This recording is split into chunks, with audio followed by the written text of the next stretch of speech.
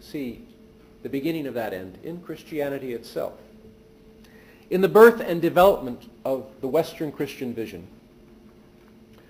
our eyes turned to a very distinct discrimination of opposites.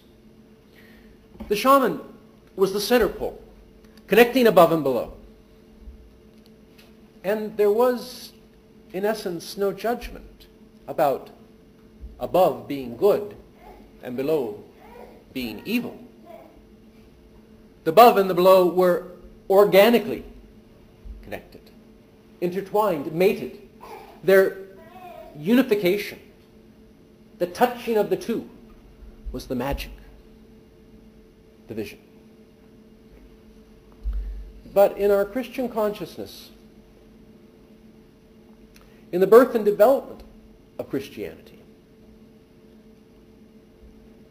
above and below gained very specific, qualitative evaluation.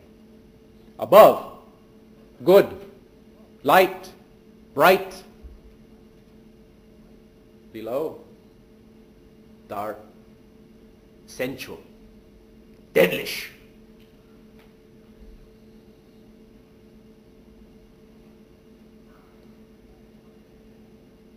A light, a word had come from above and had entered into human flesh to enlighten it, to awaken it to what it was. And over the first 1,000 years of the Christian aeon, that knowing was increasingly linked to the rational, awakened, conscious light of humankind. The flesh, the tissue, shall we say the earth in which the roots of an ancient oak once sank for sustenance, that nether realm was of the devil. Dark, sinful flesh. And its instincts, well, they led along the road to damnation. The light word, the conscious realization, was honored. And by the Middle Ages was intensely wed to a type of almost insanely sterile rationalism, evidenced in the scholasticism of the Middle Ages, perhaps the ultimate manifestation of which was Thomas Aquinas's Summa Theologica, the summation of theology, an Aristotelian proof of God, of the Christian God. It was into this world of the Middle Ages, this world. It was at this moment that the first of the race we call wizards entered Middle-earth, or perhaps better stated, the Middle Ages. His name was Merlin. Merlin. Now, this figure, Merlin Wilt, he dwells at the boundaries of history. You can find evidences of his name in historical legend, going back across the very threshold of what history has record of in the 4th and 5th century, in the old Celtic lands of Wales, in the Isles, the Fairy Isles of Britain. But to seek Merlin in history is to totally miss the point. Merlin was not born in history. Merlin was born in the medieval imagination.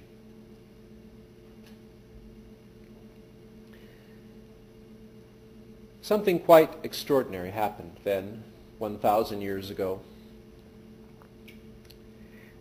There was a real turning of consciousness in the medieval period. It was the beginning of us as modern humans, us as modern women, modern men. The word romance had meant, up until that period of the 12th century, 13th century, and it had meant an historical collection of tales, histories. And if you read the literature prior to that period, it was essentially just that, a statement of fact after fact. This happened, and this happened, and this happened, and this happened. Of course, most of what they said happened hadn't happened, as best we can tell, but it was stated to have happened, but without any psychological motivation. In the Middle Ages, the word romance changes.